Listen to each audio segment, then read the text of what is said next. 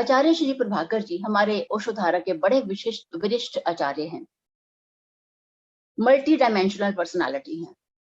इनके बारे में इनकी इंट्रोडक्शन देना तो मुझे लगता है कि बहुत कुछ कहने को है, लेकिन चंद लाइनें इनके बारे में कहना चाहूंगी, क्योंकि ये सेशन लेंगे तो आप खुद ही देख पाएंगे कि वो कितने प्रभावशाली वक्ता भी हैं। इन्होंने हिंदी में एमए किया प्रथम श्रेणी में, संस्कृत में शास्त्री, कानून में एलएलबी, वो भी फर्स्ट डिवीजन में, और सेवानिवृत्त हुए एडिशनल एसपी के तौर पर। पटना हाई कोर्ट के एडवोकेट हैं। तो कितनी सारी अलग अलग डायमेंशंस में इन्होंने ज्ञान प्राप्त किया और कार्य किया। जगत गुरु आचार्य शंकराचार्य जी से 10 नामी दीक्षित परंपरा से आते हैं, धर्म शास्त्रों के ज्ञाता हैं।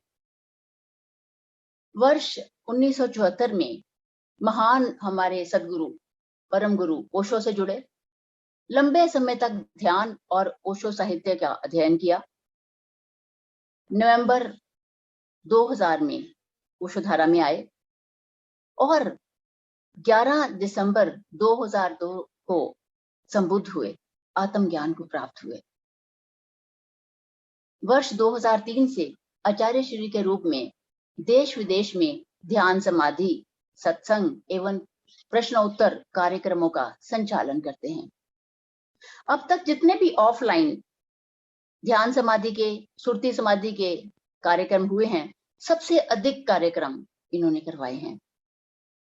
श्री रामचरितमानस के विशेषज्ञ हैं और राम कथा के विशिष्ट प्रस्तोता भी हैं। दुख मुक्ति से आनंद प्राप्ति की यात्रा नामक पुस्तक के लेखक भी हैं। यह पुस्तक हमारे ओशोधारा गैलेरिया में उपलब्ध है। जो मित्र इसको पढ़ना चाहें वहां से ले सकते हैं, मंगवा सकते हैं, कोरियर से भी मंगवा सकते हैं। तो प्यारे मित्रों, ये तो थोड़ा सा, बहुत थोड़ा, बड़ा संक्षिप्त मैंने परिचय दिया आचार्य श्री प्रभाकर जी का। जोरबा दी बुद्धा का जीवंत उदाहरण है। जोरबा संसार में आपने देख लिया कितनी अलग अलग क्षेत्रों में, अलग अलग फील्ड्स में इन्होंने ज्ञान प्राप्त किया है। और बुद्धा अध्यात्म के शिखर पर भी पहुंचे हैं, संबुद्ध आचार्य हैं। तो ऐसे आचार्य का आज हमारे बीच में आना ही बहुत हमारे लिए धन्यता का विषय है। आचार्य श्री प्रभाकर जी ने यह सिद्ध कर दिया है कि age is only a number. इनकी एज तो है ही, लेकिन अब भी बहुत एक्टिवली गुरु सेवा का कार्य कर रहे हैं। समाज कल्याण का कार्य, जन जन के जीवन में, लोगों के जीवन में आनंद पहुंचाना, उनको आनंदित करना, दुख मुक्ति की से आनंद प्राप्ति की यात्रा की तरफ लेके जाना, ये कार्य वो कर रहे हैं। प्रोएक्टिव हैं। रिटायरमेंट के बाद उन्होंने साबित कर दिया कि रिटायरमेंट कोई ये नहीं है कि इसके बाद हम आराम से बैठ जाएं। अब भी इस एज में इतनी एक्टिवली काम करते हैं। तो आचार्य श्री प्रभाकर के चरणों में मेरा शत शत नमन, मेरा नमन स्वीकार करें। आज ये हमें बताएंगे भक्ति क्या है, और उसके बाद भक्ति की यात्रा के द्वारा ध्यान की गहराई में हमें लेके जाएंगे आचार्य श्री कुंज बिहारी जी। आचार्य श्री कुंज बिहारी जी का परिचय तो देने की जरूरत नहीं है, आप सभी उनको खूब अच्छे से जानते हो। गुरु भक्ति की जीवंत प्रतिमा है ये।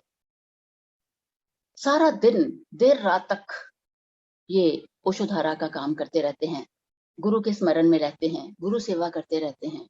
तो इन दोनों के चरणों में मेरा नमन स्वीकार करें, और आप सभी मित्रों को भी मेरा प्रणाम। और अब मैं आपके बीच में और आचार्य श्री प्रभाकर के बीच में ज्यादा ना रहते हुए, जो हमारे टेक्निकल कोऑर्डिनेटर हैं स्वामी केतन जी, उनसे रिक्वेस्ट करती हूँ कि उनको स्पॉटलाइट पर लेके आए, ताकि हम उनकी अमृत वाणी का रसपान कर सके। आचार्य श्री प्रभाकर जी।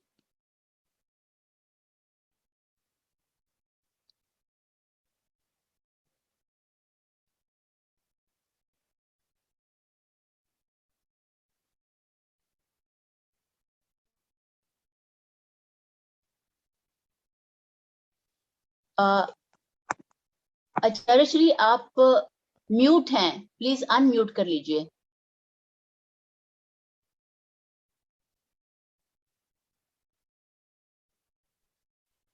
हेलो जी हेलो हेलो, अब आवाज जा रही है? जी जी जी भी आ रही है। धन्यवाद। देवियों और सज्जनों,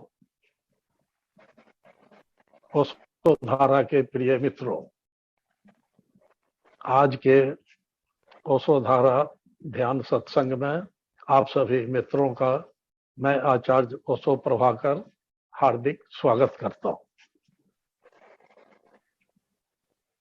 सत्संग का विषय रखा गया है भक्ति क्या है। भारत में, हमारे समाज में प्राचीन काल से सामान्यतः भक्ति की चर्चा होती है, देवी देवताओं की पूजा होती है और सभी घरों में कुल देवता होते हैं, गांवों में ग्राम देवता होते हैं, क्षेत्र के देवता होते हैं। हमारी पुरानी ऐसी संस्कृति है, लेकिन उसे ठीक से समझ लेना बहुत आवश्यक है, जिससे आगे प्रगति कर सके और मुक्ति तक पहुंच सके। आपने देवर्षि नारद जी का नाम सुना होगा, महान भक्त, तीनों लोक में घूमते रहते हैं। उनका कहा हुआ लिखा हुआ अब भक्ति सूत्र है। क्या बताते हैं भक्ति क्या है? कहते हैं कि सा परम प्रेम रूपा अमृत स्वरूपा। भक्ति प्रेम का परम रूप है, आध्यात्मिक रूप है, पूर्ण खिलावट है और अमृत स्वरूप है। महर्षि सांडिल्य जी का भी आपने नाम सुना होगा। उनका ग्रंथ है अथातो भक्ति जिज्ञासा। वे भी भक्ति के बारे में यही परिभाषा देते हैं। कहते हैं सा परा अनुरक्ति ईश्वरे। ईश्वर के प्रति जो परम प्रेम है वही भक्ति है। तो ओशो ने इन दोनों के बारे में विस्तार पूर्वक प्रवचन किया है और विश्लेषण किया है। अथातो भक्ति जिज्ञासा और भक्ति सूत्र। आप ओशो की इन दो पुस्तकों को अवश्य पढ़ें भक्ति की पूर्ण जानकारी के लिए। जब ज्ञान होगा तब भक्ति होगी। आगे कालांतर में आपने पढ़ा है ईसाई धर्म के प्रवर्तक जीसस क्राइस्ट क्या कहते हैं? कहते हैं परमात्मा प्रेम है, गॉड इज लव। वही परिभाषा। और ओशो उससे आगे बढ़कर कहते हैं लव इज गॉड। प्रेम परमात्मा है, प्रेम ईश्वर है। तो वह प्रेम क्या है और कैसे प्राप्त करें? वह प्रेम हृदय का भाव है, मन का विचार नहीं है। मन में विचार होते हैं, मन विचारों का केंद्र है। इसलिए विचारवान व्यक्ति, बुद्धिमान व्यक्ति, कोई वैज्ञानिक प्रेम नहीं कर सकता। जो हृदयवान है वो प्रेम कर सकता है, क्योंकि प्रेम एक भाव है जो हृदय में पैदा होता है। इसे ठीक से समझ लेना चाहिए। आप यदि माइंड ओरिएंटेड हैं तो आप भक्त नहीं हो सकते, भक्ति नहीं कर सकते, दिखावा कर सकते, कर्म कांड कर सकते हैं, भक्ति नहीं होगी। यदि आप हार्ट ओरिएंटेड हैं, भाव में जीते हैं, तब आप कर सकते हैं। इसीलिए संत कबीरदास जी क्या कहते हैं कि प्रेम न बारी उपजे, प्रेम न हाट बिकाए, राजा प्रजा जहि रुचे, शीस दे ले जाए। प्रेम खेत में नहीं उपजता है, प्रेम बाजार में नहीं बिकता है, तब कहाँ पाएंगे, कैसे पाएंगे? तो कहते हैं कि उसका मूल्य जो चुकाएगा उसको मिलेगा। मूल्य क्या है? तो शीश दे ही ले जाए, अपना सर चढ़ा दो, तब प्रेम मिलेगा, तब प्रेम उपजेगा। इसका स्थूल अर्थ नहीं लेना है, या नहीं कह रहे हैं कि तुम अपना सर काट कर चढ़ा दो। शीश प्रतीक है, यह बुद्धि का प्रतीक है। इसी खोपड़ी में बुद्धि भरी हुई है, इसमें प्रेम नहीं प्रवेश कर सकता है। और शीश अभिमान का प्रतीक है, अहंकार का प्रतीक है कि सर ऊंचा रहे, हमारा सर नहीं झुकने पाए।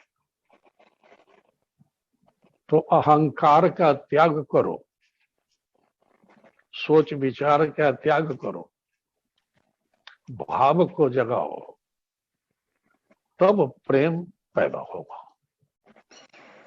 और इसीलिए कहते हैं संत कबीरदास जी कि पीना चाहे प्रेम रस, राखा चाहे मान, एक म्यान में दो खड़ग, देखा सुना न कान। एक म्यान में दो तलवार नहीं घुसा सकते। प्रेम का रस भी पीना चाहो और बुद्धिमान भी बनना चाहो, बुद्धि की तलवार भी रखना चाहो, एक साथ नहीं संभव है। एक ही म्यान में दो तलवारें नहीं, बुद्धि और प्रेम। तो बहुत स्पष्ट है कि आप हृदयवान बनेंगे, हृदय में प्रेम उपजेगा, तब आप भक्ति कर सकते हैं, भक्ति के पात्र बन सकते हैं। और तब जो भी शुरू करते हैं, जब प्रेम के बारे में यह समझदारी हो गई, क्योंकि ये याद रखना है कि प्रेम बेशर्त होता है। प्रेम का अर्थ है समर्पण, प्रेम का अर्थ है आत्म बलिदान। यदि कोई शर्त है, कोई मांग है, तो वो प्रेम पूर्ण नहीं, तब तो वो कंडीशनल है, उसमें शर्त है। इसलिए प्रेम आत्म बलिदान है। अक्षत फूल चढ़ाने से काम नहीं चलेगा, अपने को चढ़ाओ। वो स्वाहा करते हो, वो हवन कुंड में स्वाहा क्या कर रहे हो? अपने अहंकार का स्वाहा करो, अपने को मिटाओ। इसलिए प्रेम है आत्म बलिदान, तब भक्ति की बात हो सकती है।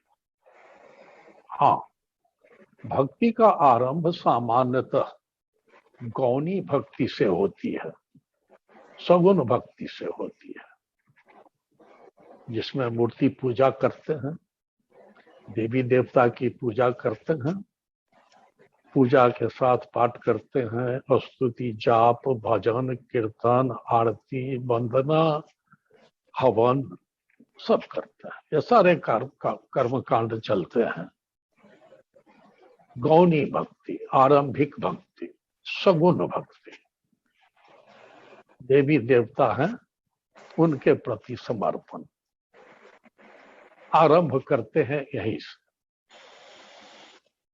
जो अन्य धर्मों के हैं वे अन्य प्रकार से इसको गलत समझते हैं। नहीं, यह गलत नहीं है, यह आरंभिक अवस्था है। जब प्राथमिक विद्यालय में बच्चे पढ़ते हैं तब आगे माध्यमिक विद्यालय में जाते हैं, उच्च विद्यालय में जाते हैं, महाविद्यालय में जाते हैं, विश्वविद्यालय में जाते हैं। आरंभ तो प्राथमिक विद्यालय से ही करते हैं। तो प्राथमिक विद्यालय है, आगे बढ़ना है, उन्हीं कर्म कांडों में अटक कर नहीं रहना है। उन कर्म कांडों से क्या लाभ मिलता है भक्ति की यात्रा में, यह भी जानना आवश्यक है। उससे मन का भटकाव समाप्त होता है, जिसे महर्षि पतंजलि अष्टांग योग में 3 कदम को संयम कहते हैं। संयम में पहला है धारणा, दूसरा है ध्यान, तीसरा है समाधि। तो वह जो धारणा का कदम है, यह गौणी भक्ति है, यह कंसंट्रेशन है, एकाग्रता है, मन के भटकाव को समाप्त करना है,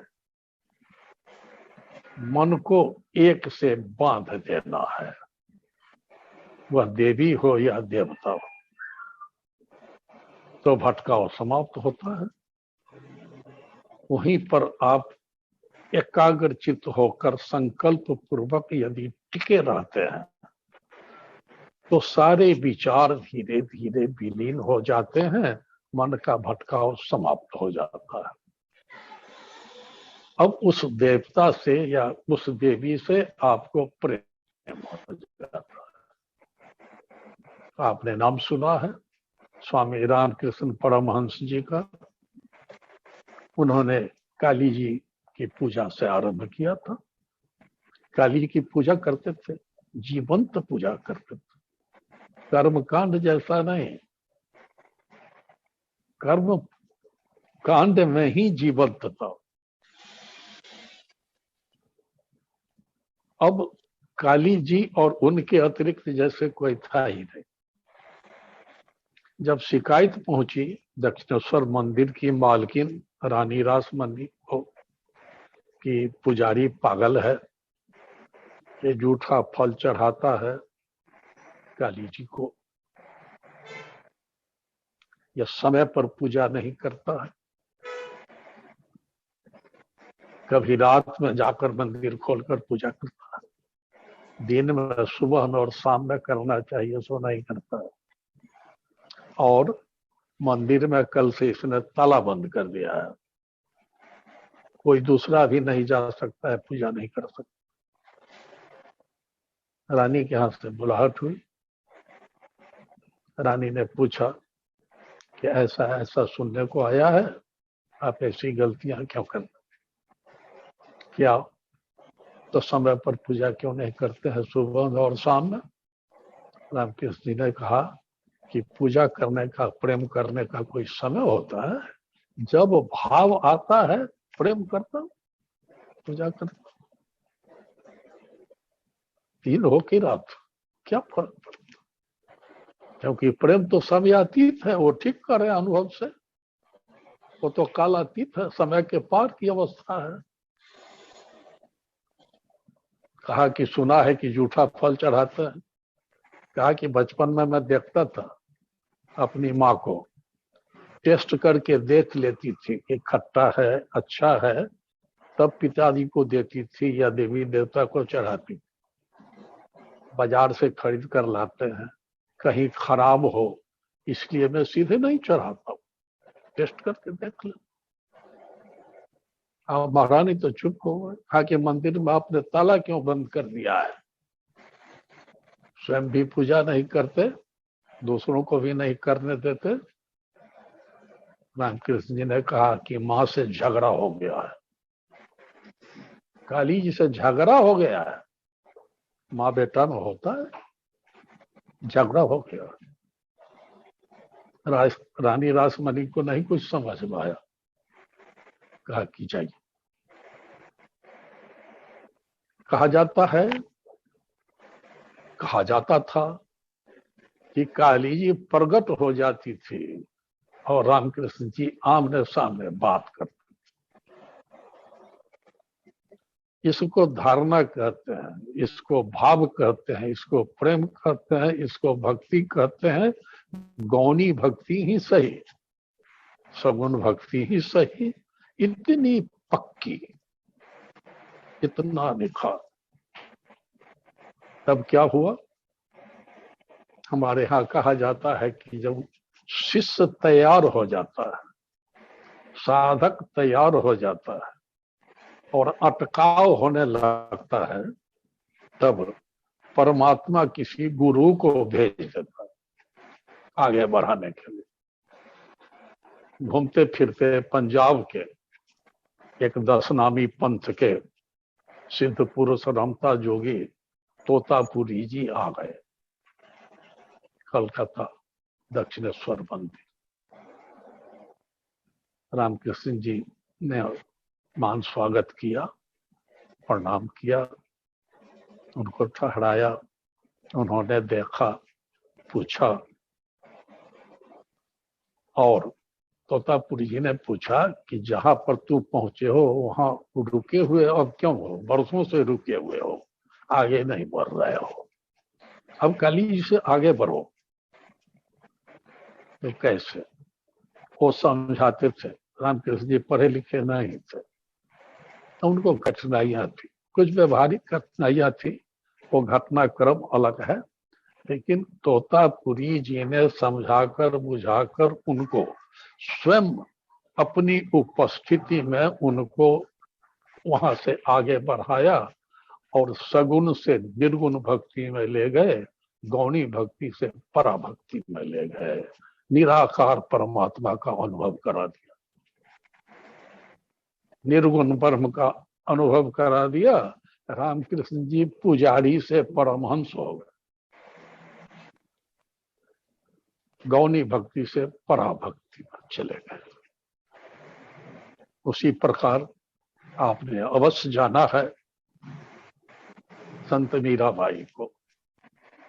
मीराबाई उसी प्रकार कृष्ण जी के प्रेम में डूबी हुई थी।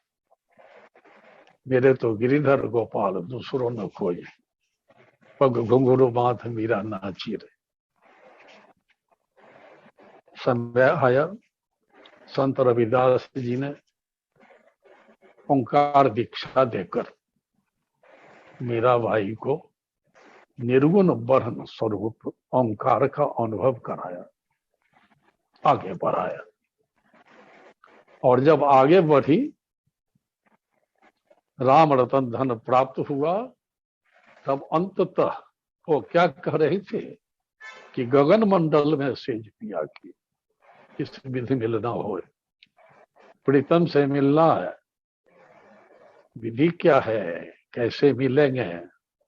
प्रीतम गगन मंडल में रहता है, आकाश में रहता है, शून्य में रहता है, वह निर्गुण है, निराकार है, परमात्मा अरूप है, उसका कोई आकार नहीं है। साकार से निराकार में पहुंच गए।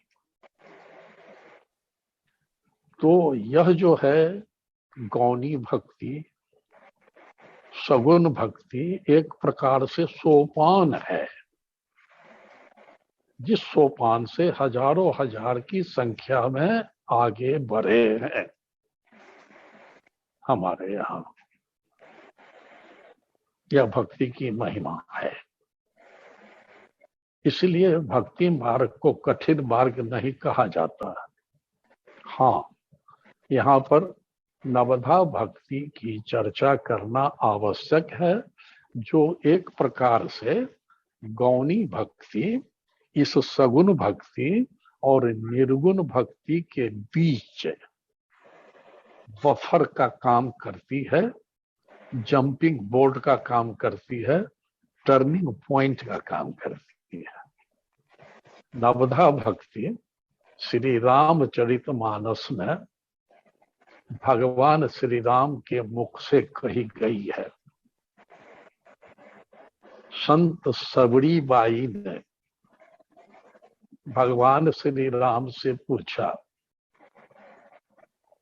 कि भक्ति क्या है और कौन कर सकता है। मेरे पास धन बल विद्या बुद्धि कुछ भी नहीं है, घर बार भी नहीं है,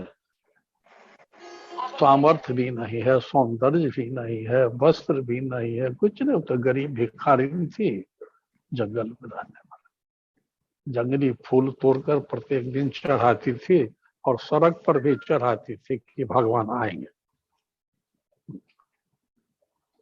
और भगवान गए।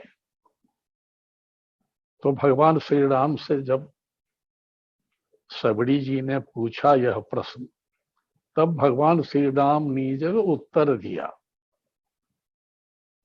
भक्ति के 9 कदम बताए, बोले कि यही भक्ति है और कोई कर सकता है, कोई योग्यता कोई क्वालिफिकेशन की आवश्यकता नहीं। भक्ति का द्वार सबों के लिए खुला हुआ है।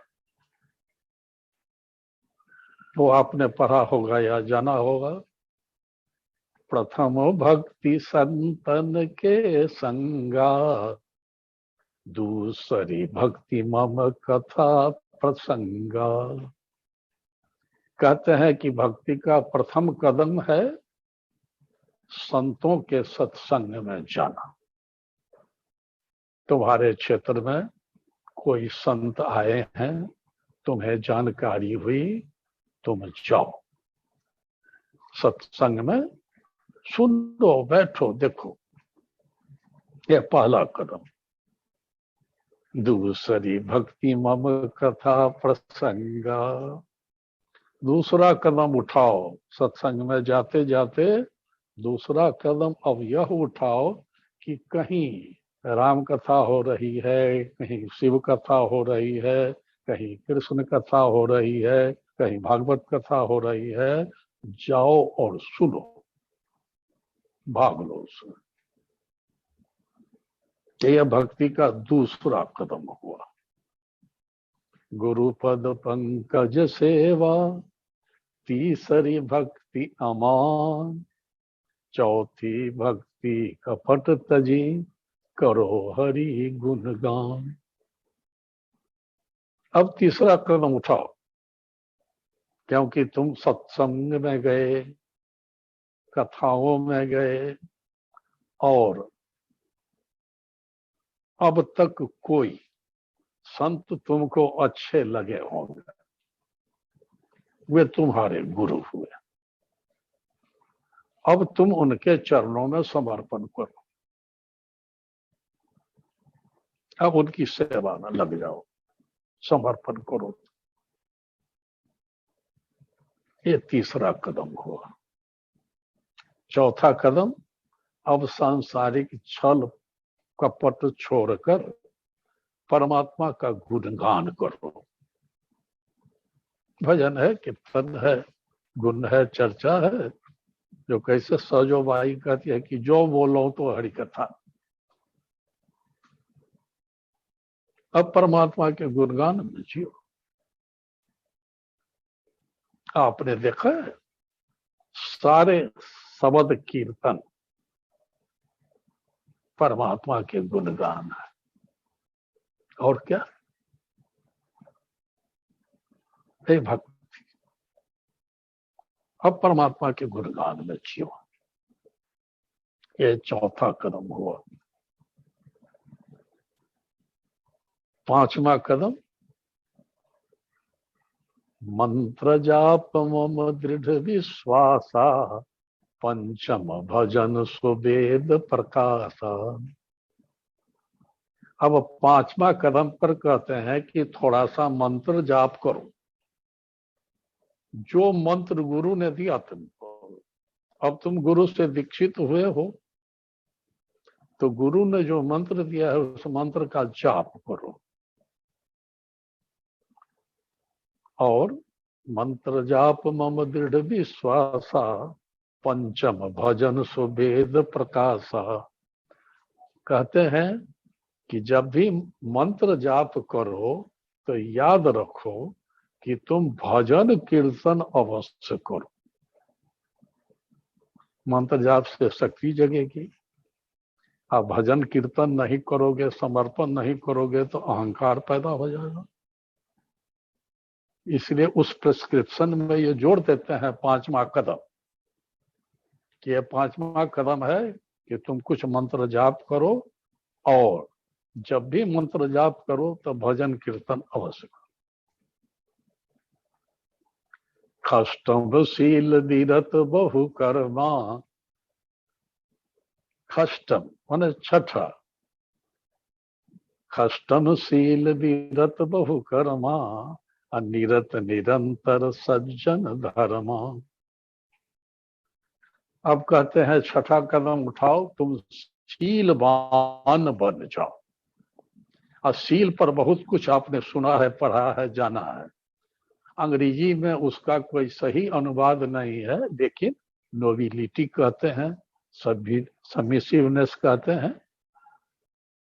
आप अपनी भाषा में जो शब्द सहनशीलता है, विनयशीलता है, वह शीलवान अब तुम बनो।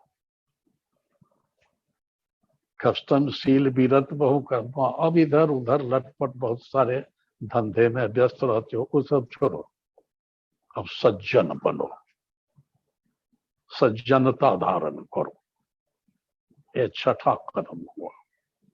7वां कदम बताते हैं, सप्तम जगत मोहि में देखा, मोह से अधिक संत कर लेखा। अब 7वें कदम पर देखो, यह सारा विश्व, संपूर्ण ब्रह्मांड परमात्मा से भरा हुआ, रत्ती भर भी जगह ब्रह्म से खाली नहीं है। सारा जगत परमात्मा का प्रगटीकरण है। झांकने देखने की कोशिश करो। 7वां कदम, सप्तम जगतम मोहि में देखा, मोह से अधिक संत कर लेखा। और ये याद रखो कि दिखाई पड़ जाए तो ऐसा नहीं कि गुरु को, संत को और सबको तुम छोड़ो, नहीं, ऐसी गलती नहीं कर। ब्रह्म का अनुभव भी हो जाए तब भी नहीं छोड़ना है। जो भी हमारे गुरु हैं, गुरु थे, क्योंकि गुरु ने ही परमात्मा से मिलाया या कहीं पहुंचाया, तब पहले गुरु को प्रणाम करो। जो कबीरदास जी कहते हैं कि गुरु गोविंद दोनों खड़े काके लागू पाए। ऐसी घटना हो जाए कि गुरु और गोविंद दोनों एक ही साथ मिले, तब क्या करें? तब बलिहारी गुरु आपकी, गोविंद दियो बताए। पहले गुरु को प्रणाम, आपकी बलिहारी है कि गोविंद से मेरा परिचय आपने करवाया, वहां तक पहुंचाया। इसलिए आपको याद है, रामकृष्ण परमहंस जी काली जी को नहीं भूले, मीराबाई कृष्ण जी को नहीं भूली। आप भी अपने गुरुदेव को नहीं भूलना, ब्रह्म का अनुभव हो जाए तब भी। उसके बाद 8वां कदम बहुत महत्वपूर्ण बताते हैं कि अष्टम जथा लाभ संतोषा, सपने हो नहीं देखा ही पर दोषा। कहते हैं 8वें कदम पर संतोष धारण करो, जो अष्टांग योग में कहा जाता है, नियम में संतोष धारण करो। और संतुष्ट होकर जीवन नहीं जियो, आवश्यकता के लिए श्रम करो, पुरुषार्थ करो, हासिल करो, और संतुष्ट जीवन नहीं जियो। और दूसरों में दोष नहीं खोजो, हमेशा अन्य व्यक्तियों की त्रुटियों को खोजना, उसमें क्या डिफेक्ट है, उसमें क्या गलती है, उसने क्या गलती की है, उसमें क्या अवगुण है, एकदम नहीं। कहते हैं कि सपना में भी दूसरे के अवगुण को नहीं खोजो, बिल्कुल नहीं। और अभी क्या हालत है कि कुछ भी मिले नहीं संतोषा, जगह जगह देखो पर दोषा। इसको बिल्कुल स्टॉप करना है। तब 9वां कदम, अंतिम कदम बताते हैं कि नवम सरल चित छल बलहीना, मम भरोस ही हर्ष न दीना। 9वां कदम, सारे छल प्रपंच को छोड़कर परमात्मा पर भरोसा करो और सुख दुख के स्तर पर जीते हो। यह तो बहुत नीचे स्तर पर जीना हुआ, उससे ऊपर उठो। जो कबीरदास जी कहते हैं ना कि सुख दुख से कोई परे परम पद, तापद रहो समाना साधु समाधि बलि। तो ये 9 कदमों का एक मानचित्र देते हैं भगवान श्री राम, जिसे नवधा भक्ति कहते हैं। और इतना कर लेने के बाद अब निर्गुण भक्ति, परा भक्ति में प्रवेश करना और करना बहुत आसान हो जाता है।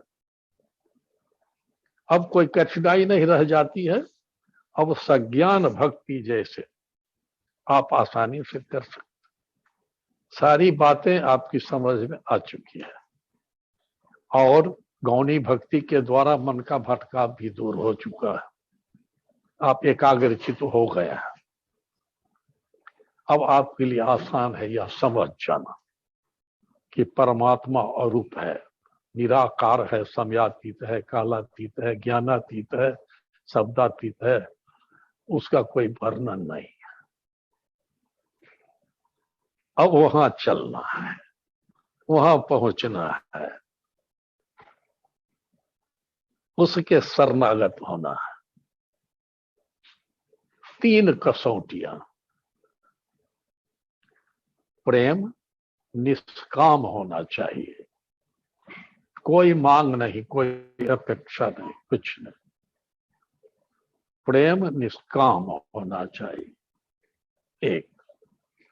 दूसरी कसौटी, प्रेम निरंतर होना चाहिए। बीच में कोई दुर्घटना हो गई और आपका विश्वास भंग हो गया, अब परमात्मा पर भरोसा नहीं है, आपके यहाँ कोई ऐसी दुर्घटना हो गई, नहीं। आपको याद होगा कि मीराबाई के परिवार में पति सहित 7 सदस्यों और संबंधियों की मृत्यु हो गई, लेकिन कृष्ण जी से प्रेम पर अडिग रही, निरंतर। तो निष्काम भी होना चाहिए, कोई मांग नहीं, कोई अपेक्षा नहीं, कोई रिटर्न नहीं चाहिए, और निरंतर भी चाहिए। तीसरी कसौटी, अनन्य होना चाहिए, अनन्य भाव। प्रेम एक ही से होता है, प्रेम अनेक से नहीं होता। संबंध अनेकों से हो सकता है और अच्छा संबंध हो सकता है, मित्रता जिसे कहा। प्रेम एक ही से होता है, समर्पण एक ही के प्रति होता है।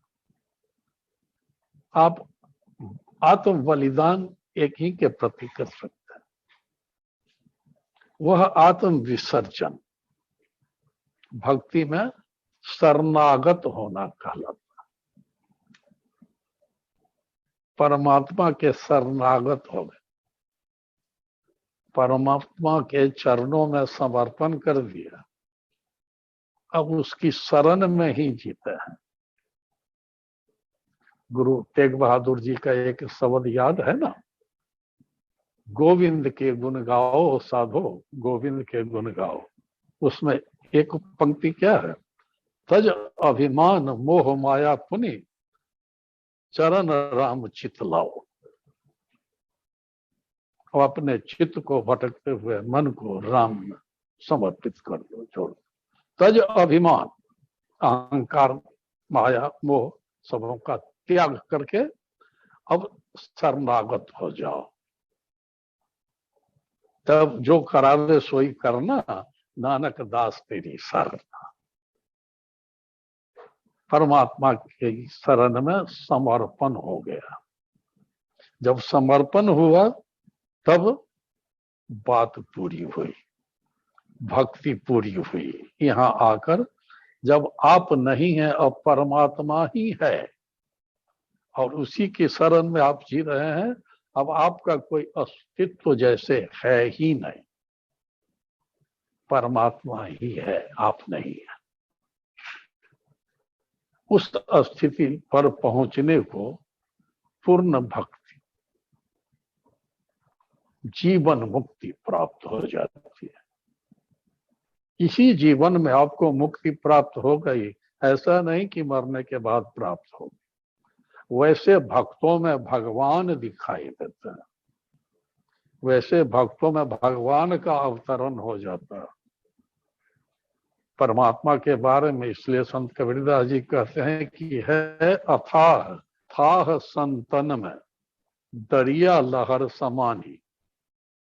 परमात्मा तो अथाह है, कोई था नहीं पा सकता है, कोई वर्णन नहीं कर सकता है, लेकिन कभी कभी वह संतों में दिखाई देता है। मालूम पड़ता है कि जैसे दरिया समुद्र बूंद में समा गया, परमात्मा का अवतरण हो गया भक्त में, भक्त भगवान हो गया, जैसे भगवत्ता उतर आई। इसलिए वैसे संतों को, ज्ञानियों को, ब्रह्म ज्ञानियों को हम भगवान कहते हैं अपने आप, जो भगवान हो गए, शेष जैसे कुछ भी नहीं बचा है, पूर्ण हो गया। तब आप कहेंगे, या आप पहचानेंगे कैसे, कोई पहचान उसकी? तब भगवान कृष्ण का एक वचन, पहले तो यह आप याद रखें कि भगवान कृष्ण ने भगवत गीता के द्वारा अर्जुन को, जो दुविधा में था, तो अर्जुन को पहले कर्म योग समझाते हैं। जब कर्म योग समझ लेते हैं तब ज्ञान योग समझाते हैं। जब ज्ञान योग समझ जाते हैं कि हाँ कर्म योग से ऊंचा श्रेष्ठ ज्ञान योग है, तब भक्ति योग समझाते हैं।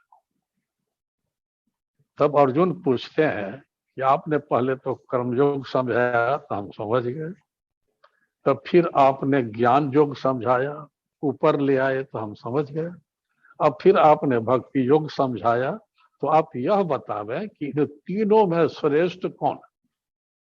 तो भगवान कृष्ण कहते हैं भक्ति योग है। क्योंकि नहीं ज्ञान होगा तो भक्ति नहीं हो पाएगी, अटकाव होगा, भटकाव होगा या अंधविश्वास में पड़ जाए। इसलिए जो सज्ञान भक्ति नहीं करते हैं, गुरु के मार्गदर्शन में नहीं करते हैं, वे या तो अटक जाते हैं या अंधविश्वास में भटक जाते हैं। इसीलिए गौणी भक्ति के अंतर्गत ही बहुत लोग अटके रह जाते हैं, सगुण भक्ति के अंतर्गत ही। और उसमें भी अलग वैरायटी भी है, भक्ति के अलग प्रकार है। आप जानते हैं कि मनुष्यों में प्रकृति के द्वारा, माया के द्वारा 3 गुण व्याप्त है। नीचे का गुण तमस, तमोगुण जिसको कहते हैं,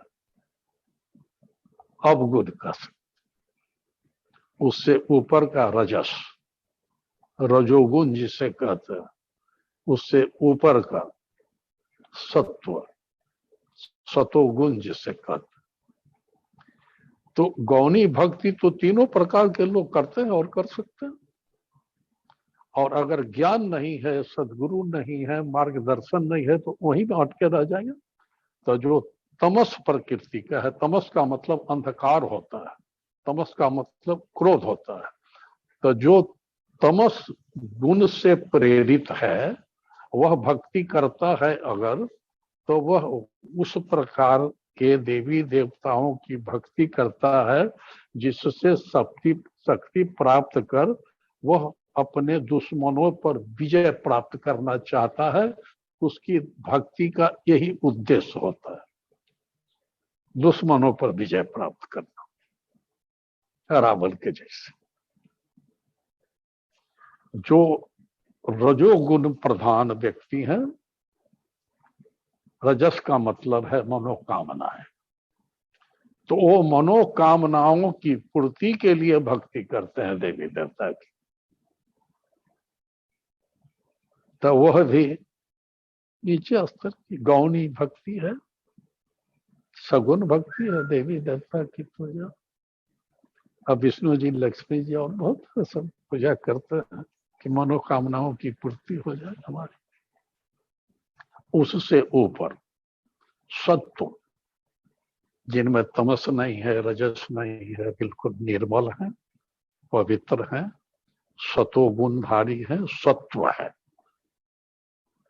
वे गौणी भक्ति में फंसे रह जाते हैं पुण्य के लिए, स्वर्ग जाने के लिए।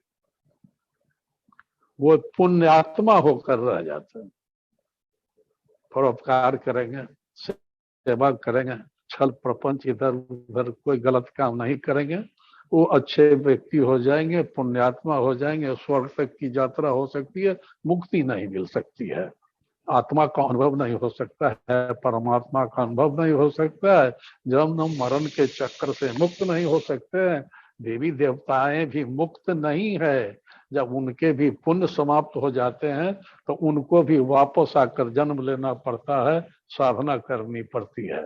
इसलिए आपको याद होगा प्रवचनों में कृपालु जी महाराज समझाया करते थे कि देखो ऐसी गलती मत करना, स्वर्ग मत जाना, स्वर्ग जाओगे गलत जगह तू फंस गए, बहुत समय बर्बाद हो जाएगा तुम्हारा। अरे जो सब वहां कहा जाता है मिलता है, वो सब तो संसार में मिल ही रहा है, तू पा ही रहे हो, अब भोग विलास कर ही रहे हो। इसलिए वो सावधानी बहुत जरूरी है। और बहुत खूबी की बात है, यह विशेषता है ओशो धारा की साधना में कि ओशो धारा की साधना सहज योग से कराई जाती है। उस सहज योग में कर्म योग भी है, ज्ञान योग भी है और भक्ति योग भी है, जो भगवान कृष्ण बताते हैं। इसलिए अंत में भगवान कृष्ण का एक वचन कहते हुए मैं समाप्त करूंगा। भगवान कृष्ण कहते हैं कि ब्रह्मभूत प्रसन्नात्मा न सोचति न कांक्षति, समः सर्वेषु भूतेषु मम भक्ति लभते पराम। कहते हैं कि जिसको परमात्मा का अनुभव हुआ, भक्ति पूरी हुई, वह तुमको हमेशा प्रसन्न दिखाई देगा, आनंदित दिखाई देगा। वो सच्चिदानंद में जी रहा है, प्रेम आनंद में जी रहा है, आनंद में जी रहा है, तो वह तुमको प्रसन्न चित्त दिखाई देगा।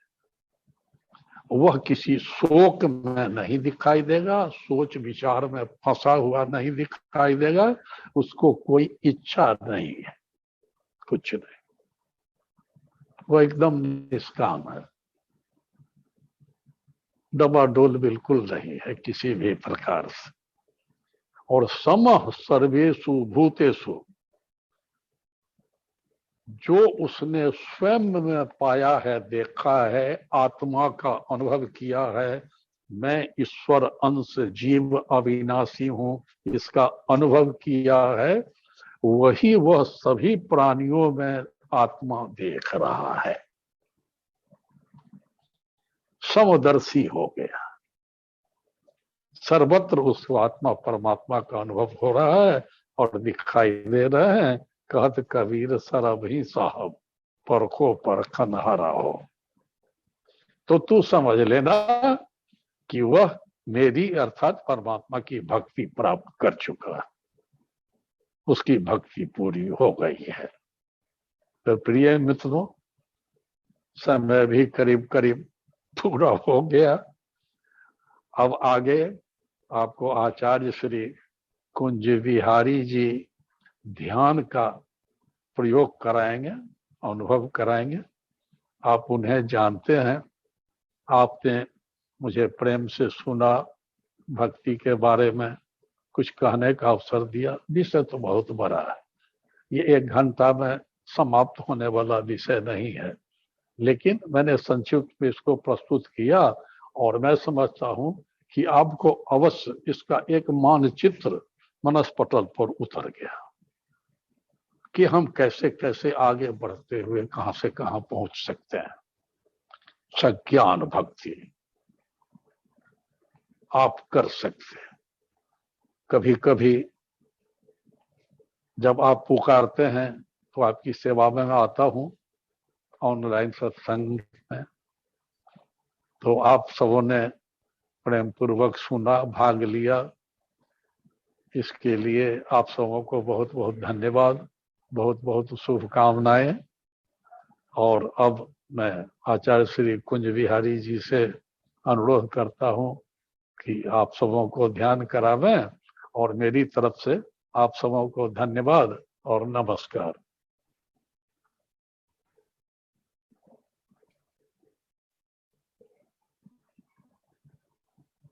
बहुत बहुत धन्यवाद आचार्य प्रभाकर जी। क्या हमारी आवाज आप सभी मित्रों को सुनाई पड़ रही है? आपने बहुत ही सुंदर ढंग से हम लोगों को बताया कि भक्ति क्या है, पराभक्ति क्या है, गौड़ी भक्ति क्या है, और रामायण के ऐसे ऐसे उदाहरण दिए। इससे हम बहुत ही हम लोग अनुग्रहित हैं। आपके चरणों में हम प्रणाम करते हैं और आपके साथ ध्यान कराने का हमें मौका मिला, इसलिए आपको हम बहुत बहुत धन्यवाद दे रहे हैं और प्रणाम कर रहे हैं। तो आइए मित्रों, हम लोग चलते हैं ध्यान की यात्रा पे। तो सभी मित्र अपने दोनों हाथ हृदय चक्र पे रख लें।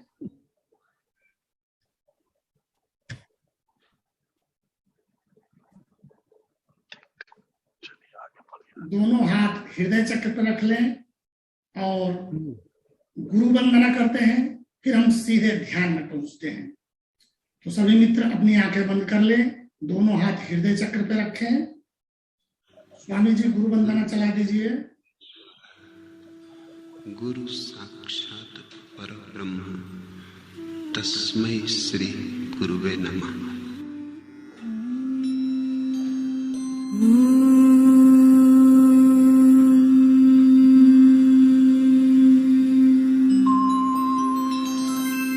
गुरुर्ब्रह्मा गुरुर्विष्णु गुरुर्देवो महेश्वरा गुरुर्साक्षात् परब्रह्मा तस्मै श्री गुरुवे नमः।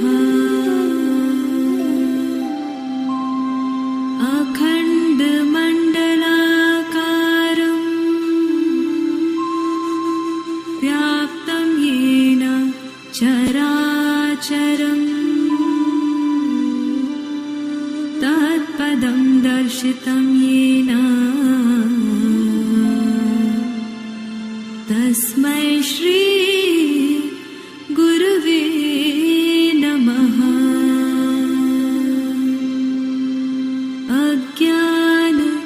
अज्ञानतिमिरान्धस्य ज्ञानाञ्जनं च शलाकया चक्षुरुन्मिलितं येन तस्मै श्री गुरुवे नमः। तस्मै श्री